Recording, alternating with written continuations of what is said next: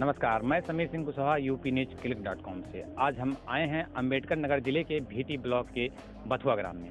हमारे साथ में बात करने के लिए बथुआ ग्राम के प्रधान जी हैं।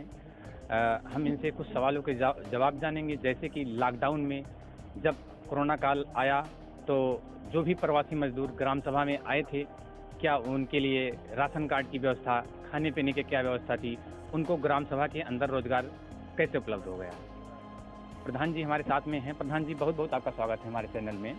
पहले अपना नाम बताइए। उमाशंकर दुबे, ग्राम पंचायत बथुआ। प्रधान जी, जब लॉकडाउन की शुरुआत हुई, कोरोना काल जब आया जी, तो जो भी प्रवासी मजदूर शहर से गांव की तरफ आए, उनको किस तरीके से रहने खाने की कहाँ व्यवस्था की गई आपके द्वारा, और रोजगार को लेकर कैसे उनको ग्राम सभा के अंदर रोजगार उपलब्ध कराया गया। जी जी। सर्वप्रथम शासनादेश ये था कि इन लोग को स्कूल पे रोका जाए। जी जी और 17 प्रवासियों को हम लोग स्कूल पे रोके जी और पूरे 21 दिन जी उनको स्कूल पे रोके रहे। उसके बाद में उनकी सारी व्यवस्थाएं, खाने पीने से लेकर XYZ तक टोटल व्यवस्था दिए।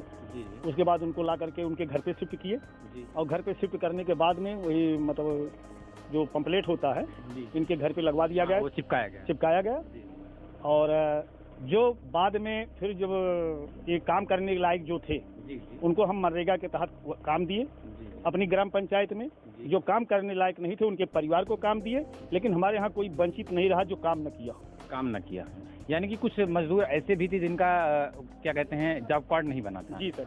तो जॉब कार्ड उन्हें कैसे हमने तुरंत उनके नाम से तुरंत उनका ID लिया, आधार कार्ड लिया, फोटो लिया और ब्लॉक पे जा करके उनका हम जॉब कार्ड बनवाए और जॉब कार्ड फीडिंग करवाए। उसके बाद तब उनको हम काम दिए। यानी कि जो भी आपके यहाँ पहले जॉब कार्ड बने हुए थे, उसके बाद 10-20 जॉब कार्ड बढ़े होंगे। 47 जॉब कार्ड बढ़वाए हैं। जी, 47 जॉब। जी जी। लॉकडाउन के जी समय में। जी जी। गांव को सैनिटाइज प्रधान जी कितनी बार करवाया गया? 4 बार हुआ है। जी। और लॉकडाउन में हमारे यहाँ सबसे बढ़िया रोल हमारे आशा का था जी। और साथ साथ हमारी ग्राम पंचायत की जनता का था। जी। बहुत सहयोग मिला। जी। मास्क वितरण क्या रहा आपके यहाँ? कितने मास्क वितरित किए? 150 मास्क। जी जी। यानी कि जो प्रवासी मजदूर आए थे उन्हीं को दिया गया था या घर घर जो जहाँ तक था 150 लाए थे, जितना हो सका उतना दे दिए। यानी कि जो उस समय मिला जी उन्हीं को दे दिया। हाँ, जो घर पे मिला। आपका और एक आशा बहू का जॉइंट अकाउंट होता है जी। उसमें स्वास्थ्य मंत्रालय द्वारा दावा किया गया कि अप्रैल के महीने में 10,000 की रकम भेजी गई थी। क्या आपको प्राप्त हुई थी? सर, ऐसा है कि अभी आज तक हमारी ग्राम पंचायत में खाता खुला है, लेकिन एक पैसा भी नहीं आया। आज तक नहीं आया। जी।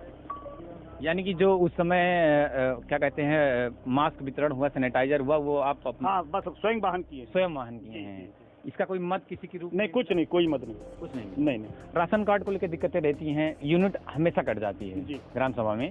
और कुछ तो यहाँ कुछ मतलब कई जगह ऐसा होता है कि कोटेदार द्वारा घटौली की जाती है। आपके यहाँ की ऐसी समस्या है? हमारे यहाँ ऐसा कोटेदार की स्थिति बहुत बढ़िया है। ऐसा कुछ नहीं है। हमारे यहाँ पूरी जनता खुश है, सबको बढ़िया राशन मिल रहा है, समय से मिल रहा है। और घटौली की बात है कि 1 किलो मतलब जब जिले से ही उनको कम मिलता है, 1 किलो मानक कम देते हैं। ये हर जगह देते हैं, हमारे यहाँ ही नहीं। बाकी पूरा राशन मिल रहा है, कोई ऐसी समस्या नहीं है। और राशन कार्ड जिसकी यूनिट कट जाती है वो यूनिट जा करके जुड़वाया जाता है, फिर उनको दिया जाता है। अभी शासनादेश कुछ और आया है कि इनका इनकम टैक्स बने, ये है वो है। तो अब प्रेजेंट टाइम में जो जैसा कट रहा है, जिनका आधार कार्ड लिंक नहीं है उन्हीं का कट रहा है, बाकी और किसी का ऐसा कट नहीं रहा, उनको भी हम लोग जाकर के जुड़वा रहे हैं। अच्छा, कट जाती हैं तो प्रधान जी कभी आपने इसकी कोई शिकायत कभी लिखित तौर पे की हो? जी हाँ। जी। मैंने ये सप्लाई इंस्पेक्टर से जाकर के शिकायत किया कि गांव की जो मतलब समस्या है, मेन समस्या है कि इस समय जो है कार्ड से जो सूची मिलती है उससे जो है मजदूरों के जो है यूनिट कार्ड दी जाती है, क्यों ऐसा हो रहा है? और हर ग्राम पंचायत में हो रहा है। तो बोले कि प्रधान जी जिसका आधार कार्ड नहीं लिंक है उन्हीं का कटता है। हमने कहा ऐसा तो है नहीं कुछ, जिनका आधार कार्ड लिंक है उनका भी कट रहा है। तो 2 महीने तक ऐसा चला है। 2 महीने के बाद में ये प्रक्रियाएं खत्म हो गई, अब किसी का नहीं कटता। जी।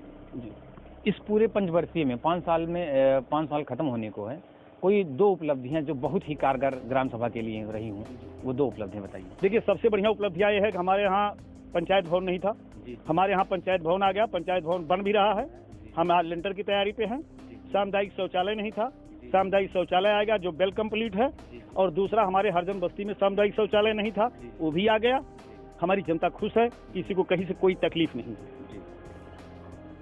5 वर्ष बाद इस पंचवर्षीय के बाद ये दोबारा जनता आपकी सरकार चुनती है, प्रधान सरकार चुनती है, तो आगे का रोड मैप क्या होगा? क्या ग्राम सभा में कौन से विकास नहीं हो पाए जिन्हें करने का प्रयास आप सबसे प्रथम करेंगे? जी, 5 साल में जो हमसे बैलेंस हो गया है, नेक्स्ट टाइम फिर जनता अगर हमको लाइक करती है तो दोबारा उसी काम को हम करेंगे जो हमसे बैलेंस हो गया, जो छूट गया है। यानी कि कुछ रोड मैप होगा ना कि ये नहीं हो पाया है? नहीं, ऐसा तो कुछ है ही नहीं, ऐसा इशू का कोई प्रश्न नहीं हमारे यहाँ कि ये नहीं हो पाया। सरकार जो भी उस समय कहेगी जी, अनुरूप काम होगा। हाँ, शासनादेश कदम से कदम मिला। जी, बाकी हमारे यहाँ ऐसा कुछ नहीं है, कोई जनता हमारे यहाँ ऐसा कह दे कि नहीं ये नहीं हुआ या वो नहीं हुआ। हमारे यहाँ जनता पूर्ण रूप से खुश है और दोबारा भगवान चाहेगी, ये जनता का स्नेह मिलेगा तो दोबारा फिर आएंगे। बहुत बहुत धन्यवाद। ये थे ग्राम सभा बथुआ के प्रधान जी, जिन्होंने बताया कि जो भी हमारे ग्राम सभा में विकास अभी नहीं हो पाए है, अगले पंचवर्षीय में यदि प्रधान उनको चुना जाता है तो वो विकास का कार्य करेंगे। धन्यवाद।